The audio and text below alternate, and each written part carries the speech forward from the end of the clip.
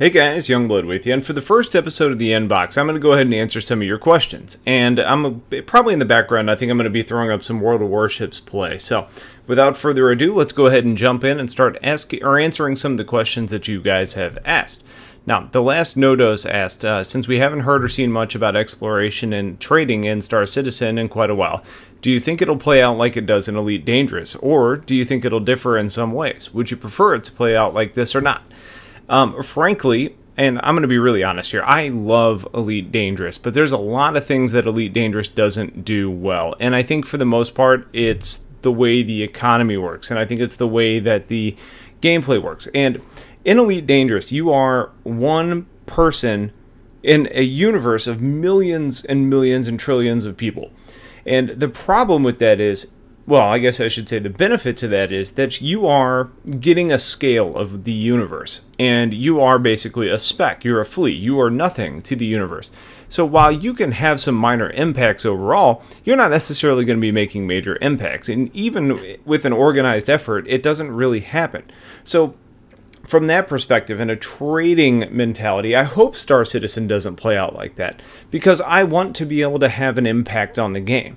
Now, I think we've all heard at least the quotes from Chris Roberts talking about how we're supposed to be like 10% of the entire server. It's supposed to be 10% us, 90% everybody else. And I think that's probably cool. Now, the question is, can you really make a concerted effort? You know, if it's you and your organization and you're really having an impact on a certain system. So I think coordinated efforts should make more of an impact than we see it, that ability happening in Elite Dangerous. Now, as far as exploration goes, I'm going to be honest, I haven't played a ton of the explorer role in Elite Dangerous. About the most that I've done is fly into a system, hit the advanced discovery scanner, figure out how many bodies are in that system, and then go sell it. To me, that's really boring gameplay. However, I think in Star Citizen, we may be able to see that go to kind of version 2.0. And maybe some of that's just based on the fact that I haven't done that a whole lot in Elite Dangerous. Maybe what we end up seeing is you fly into a system. And I like to think about the exploration ships kind of playing different roles. In Star Citizen, I like to think about the Carrack coming in and maybe doing the broad scanning. And then the Carrack is also able to do the, the jump point scanning. Whereas, if you have a team, that's what the Carrack's doing. But you have the a couple of Aquilas going down and actually scanning the planets. And if there's something really interesting, they land and drop their rover and then they drive around. As far as like the 315, maybe the 315 is kind of bobbing and weaving through asteroid fields, finding new different things. I think there's a lot that can happen with exploration, and I kind of hope it doesn't follow the same path that Elite Dangerous does. Now, I don't want you guys to think that's me ragging on Elite Dangerous, because I really do like Elite. I just think that it's I don't know. Somebody mentioned it, I can't remember who at the moment, that it was a mile wide and an inch deep. And the more I played the game, you can make your own fun, but you have to really work at it in Elite. And I think, well, at least I hope Star Citizen doesn't end up being that kind of game. Next question was from Thermo, and he asked, what happened to Planetside 2 content? Are you still playing? Thanks in advance. Well, Thermo, I don't really play Planetside anymore, and I know that's going to really bum out a lot of people. Now, that being said, we're kind of in this interesting lull with the Star Citizen development, and I've been playing a lot of World of Warships. That being said, I do have that itch for the first-person shooter, and Dirty Bomb isn't necessarily filling that large-scale combat role that I kind of want to play. So I don't want to say Planetside 2 isn't going to be back on the channel, because it's where my roots are as far as YouTube goes. So I want to get more Planetside in. I just have to find that motivation, and lately it's been coming in waves. But I will say this. I do want to play more Planetside, so there will be more content. Now, the question is, how much can you expect? Honestly, probably not a lot, but there will be more Planetside. So if that's the only reason you're here, stick around. There will be some. But if you're tired of seeing Star Citizen content coming, I wouldn't blame you for splitting. Obviously, I don't want to lose anybody though, so there will be some. Just don't expect it to be coming on a regular basis. Blazer, and I'm going to go ahead and assume this is the Blazer from our organization, is asking if I wear boxers or briefs. Well, Blazer, if you didn't know already, I combine those. I am a boxer brief kind of guy. I wore boxers all my life, but you know what the problem is? Boxers bunch up like crazy. You know what the problem with briefs is? You look like a nerd. So I decided to kind of combine the two, and now I'm wearing boxer briefs. Eric D. asked the question, have you ever thought about doing user-driven content like Level Cap's Loadout series? Also, I really wanted to know if jet fuel could melt steel beams. Well, I'm going to go ahead and tell you, Eric, I'm not getting into that conspiracy theory, so I'm sorry, I'm not answering your second question. The first question, though, is a good one, and it's something that I have thought about, but again, I'm going to be honest because that's kind of the purpose of this series. If I think about myself, I tend to start series and have a hard time keeping up with them. Think about verses. How long did we go between situation to situation and answer to answer? I kind of just feel like doing whatever I feel like doing, and I think I want to do this, especially now. You know, I'm so busy at work, I have a hard time pulling myself away to actually make videos, and some of that's just based on the fact that I have a hard time thinking of making content, because when I'm at work, I'm all work. I'm an all or none type of guy. So for me, a series like that may be worthwhile, but part of the problem with that is it's hard to really spend the time to get all, think about Planetside, to get the certs to try all the weapons, or whether it be, World of Warships. It's hard to really get all of the credits you need to buy that next vehicle. Whatever the game is, a lot of that has to do with the ability to play frequently and have the in-game funds to support a series like that. Now, me as a YouTuber, I do this as a hobby. I do it for fun. I do it because I like interacting with you guys, and I like putting out content that you enjoy.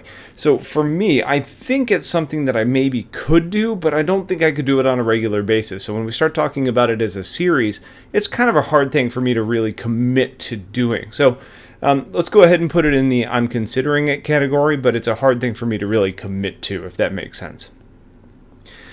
Driven Muffin asked the question, should I get an X52 Pro or an X55 or Track IR5 right now, or should I wait until Star Citizen releases their HOTAS, and also wait until prices drop for both the X52 and X55 and Track IR? Whew, that was a mouthful. Well, let's put it this way. The Star Citizen HOTAS system is going to be optimized for Star Citizen. I think that's kind of a blanket, just really obvious statement. That being said, when we look at how the game has developed so far, we look at Chris Roberts sitting with an X52 on his desk. We look at all different developers when they're doing their updates, and we tend to see those high-tech products. If you are interested in playing the game right now or any other flight sim, I would say go ahead and get the X52 Pro or the X55, because why not? They're the most common HOTAS setups that we've got out there. So I can't imagine them not supporting that or not keeping up to date with that as we move forward. It would be bad business not to do that. So is an X52 Pro going to be as good in Star Citizen as the Star Citizen HOTAS? Probably not, but guess what? We also don't know what that's going to bring. You may all of a sudden be used to using other flight sticks, and then all of a sudden you're like, oh, well, this thing is totally foreign to me. It's all about what you're comfortable with. And for me, I would say get something now, start playing with it. It's going to be supported, assuming you're grabbing one of these brands that you're talking about. And you're going to be better with it because you're familiar with it. Trying to learn something new is a pain in the ass. I got the X52 Pro. I used it for a year and a half. It broke. I had to send it back for an RMA. I then bought the X55. The X55 was so foreign to me that I just couldn't be proficient with it. So I would say get something sooner rather than later, get comfortable with it, and it's going to be supported. Assuming you're not buying some crazy knockoff brand that I don't know what we're talking about, but if it's a major brand, you're going to be fine. So I would say buy that sooner rather than later. As far as the Track IR goes, it kind of depends. I would say if you're looking for just head tracking, you don't want full immersion, virtual reality, then go ahead and buy the Track IR5, because their release cycle is ridiculously long. It takes forever for them to get out something new. And the Track IR4 is still really good.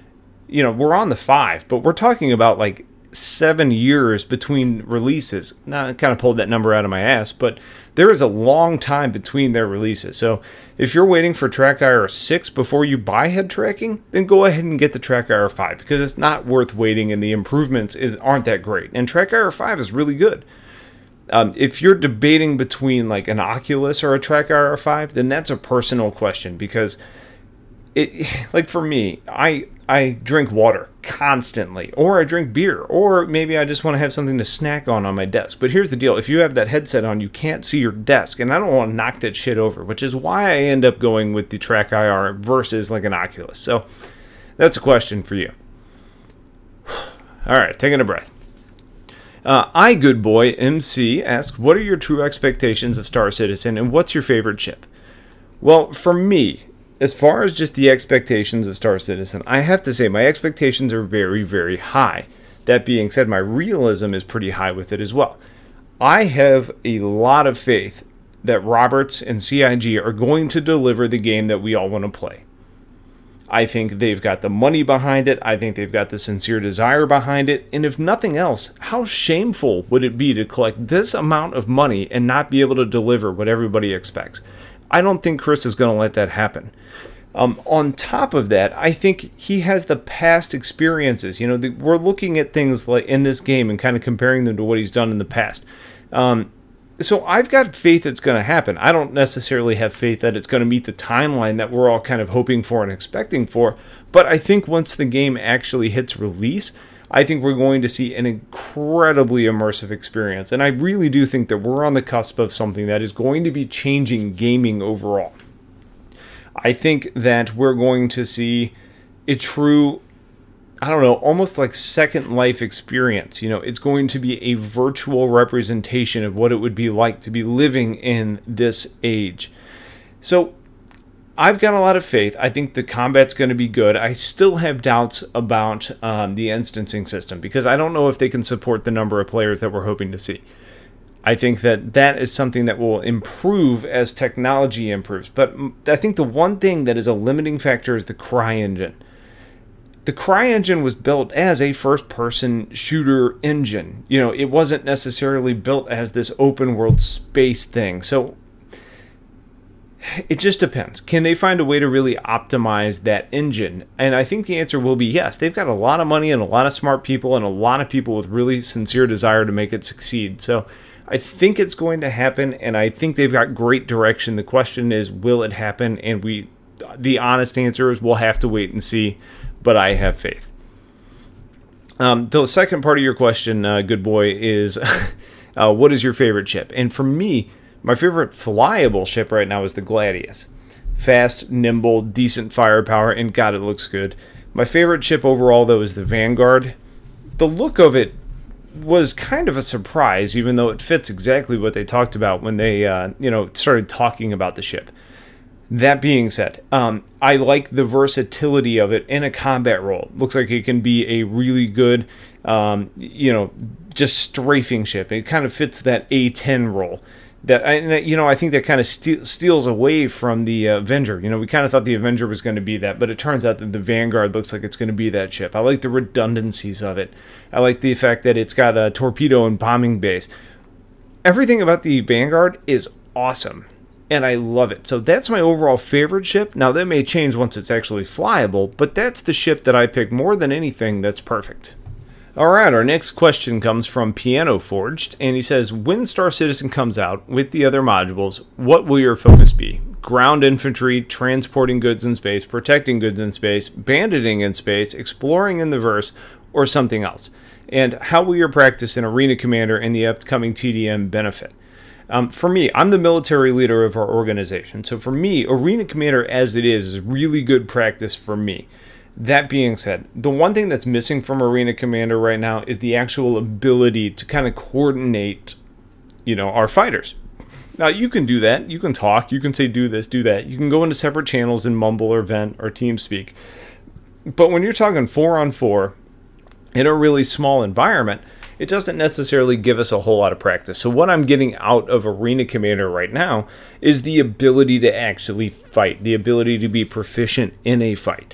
Now, that being said, since My role is going to be leading the protection of goods in space. Basically, I'm coordinating everything that has to do with fighting, combat, organization, and whether that be we're going to get revenge on somebody, or whether we're going out on a bounty hunting expedition, or whether we're just flying escort for our goods going through space.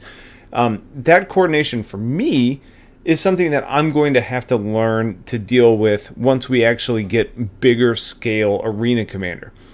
Now, I plan to do a little bit of everything, you know, because part of it is because I want to try everything, but part of it is because I want to be able to bring you guys content on everything.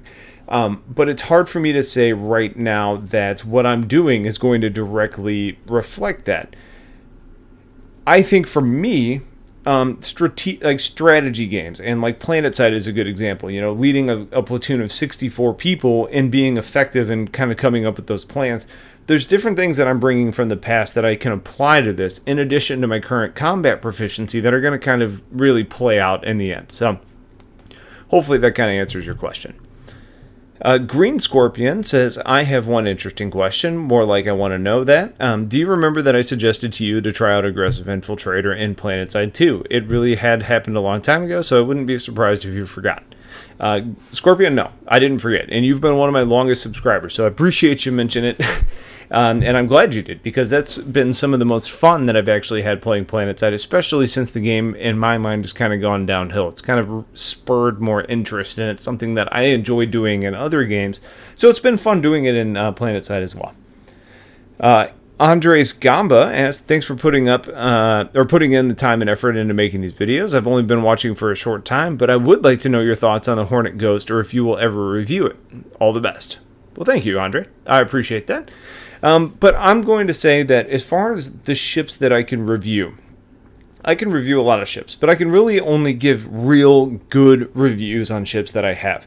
And the Ghost is not one of those ships. And I'm going to be honest with you, the Hornet series is not a series of ships that I really like. And it's not that I don't think they're good. It's just the fact that Hornets are slow. And that's not my style. I like the fast, aggressive, nimble ships, and the Hornet series is never going to be that. Now, if I was to pick a Hornet to fly, it would probably be the Ghost, because I like the ability of sneaking up on your opponents and being more aggressive, or maybe being able to relay that information back. So I may not do that, but if there is interest out there, the good news is PXP is a huge organization. You know, we've got over 600 members at this point, and I can start tapping that resource. You know, so if there's people that fly that ship on a regular basis, and there's something that you want to know about that ship, I can easily pull them in and kind of do a cooperative video, so you actually get some of those answers. So if there's something you really want to know, or you want to see that, put it in the comments, and we'll make sure that we try and get that for you, because we own every ship that's out there. Somebody does in the game, in my organization, so we can kind of get that for you. Box in the Field asks, as a random question, will you do an event of sorts with us? You know, the viewers, the subscribers, Play with PXP, or myself. Also, are you interested in partaking in racing events in Elite Dangerous? I'm a longtime member of our subreddit, Elite Racers, and I'd love to see you participate someday. To answer the second question, yeah, I'd be happy to do a race event. I'd probably end up buying an Eagle and crashing it real fast, but I've got the funds to do that, so sure, why not? I will say this, though, I am a busy dude. I've got a crazy job. So it kind of just depends on when those actually happen. So I don't want to overpromise and say I'm 100% in. But if it's during a time that I'm actually playing, yeah, I'm up for it. To answer the first question, though, am I interested in doing things with viewers and subscribers? The answer is yes. I want to do more live streaming, and I can't tell you how many times I've said that. You know, I feel like I've said that 100 times. But I will say this. It's something that I've thought about, and I've just got to find the right venue to do it. You know, something like Planetside 2, I think we could do that pretty easily, and I think we can make that happen. Something like Elite Dangerous or Star Citizen, well, when you've only got 8 people or 4 people that you can actually kind of group up with, it becomes a little bit more challenging. So if you guys have ideas on that, let me know. We could probably make that happen, but we need to pick the right game, just because it's hard to do it otherwise. And Garrett asks, as our final question, what is your real-life job? Garrett, I try and not talk too much about my real-life job. I try and separate myself, because I've got one of those jobs that is kind of classifies you as a representative of the company even when you're not online. And I'm not necessarily always the most professional or awesome person online, so I'm not going to tell you exactly what I do, but I will tell you this. I'm in call center management. Don't worry, we're not the ones that are calling you at night or during dinner or anything like that. It's purely inbound, but I am in call center management. So there you have it. So go ahead. If you guys have more questions or want to know more about me or more about games I play or have questions about the games or just anything off the wall, put them in the comments. I'll get to you soon. Otherwise, stay tuned for a whole lot of content. If there's anything you want to see, let me know. Otherwise, have yourselves a wonderful night, and I'll talk to you guys soon. Take care.